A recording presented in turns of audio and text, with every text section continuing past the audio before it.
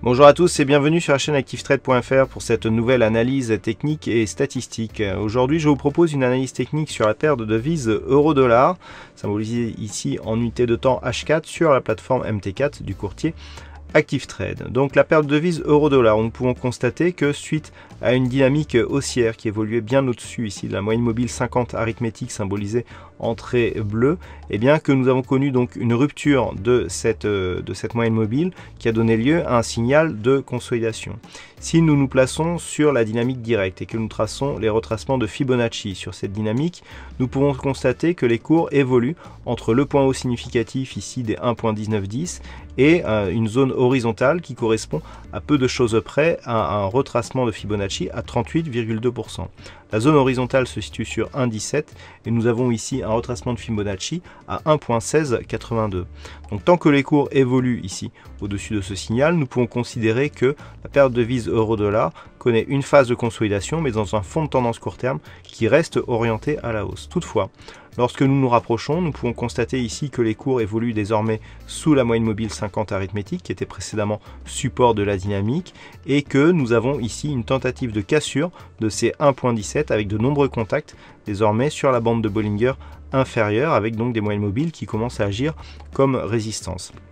Du point de vue des indicateurs, nous avons un signal baissier sur le stochastique et même si le RSI reste neutre, eh bien nous avons une confirmation de ce signal sur le MACD dont les histogrammes ici sont en train de se retourner à la baisse. Donc en cas de cassure ici avérée de ces 1.1682, il y aurait un signal de poursuite de la consolidation qui, au lieu de se tenir dans une phase de hausse plutôt dynamique, commencerait à affaiblir celle-ci et donc à donner des signes d'un potentiel retournement. Pour cela, il faudrait donc que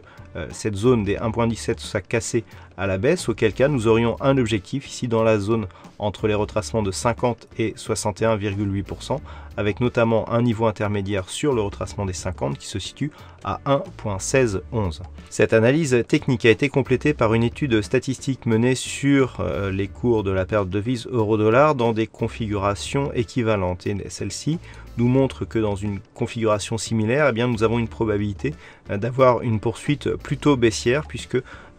autant sur les prochains jours que dans les 5 prochains et donc pour la semaine qui vient, la probabilité d'avoir une poursuite du mouvement baissier est beaucoup plus forte qu'une probabilité d'avoir un retournement. Malgré tout, cette conviction est relativement moyenne puisqu'elle est quantifiée à environ 55% de probabilité d'avoir donc une poursuite de ce mouvement baissier.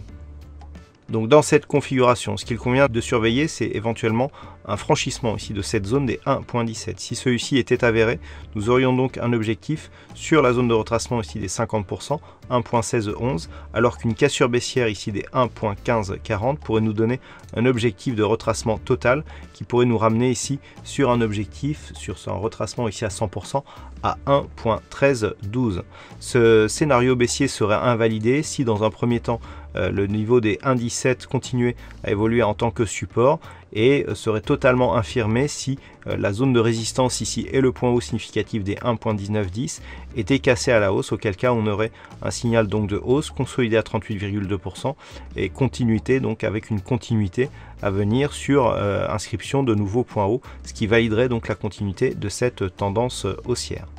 Voilà ce qu'on peut dire donc sur l'analyse technique de cette paire de devises. Passez de bons trades et à très bientôt sur la chaîne ActiveTrade.fr.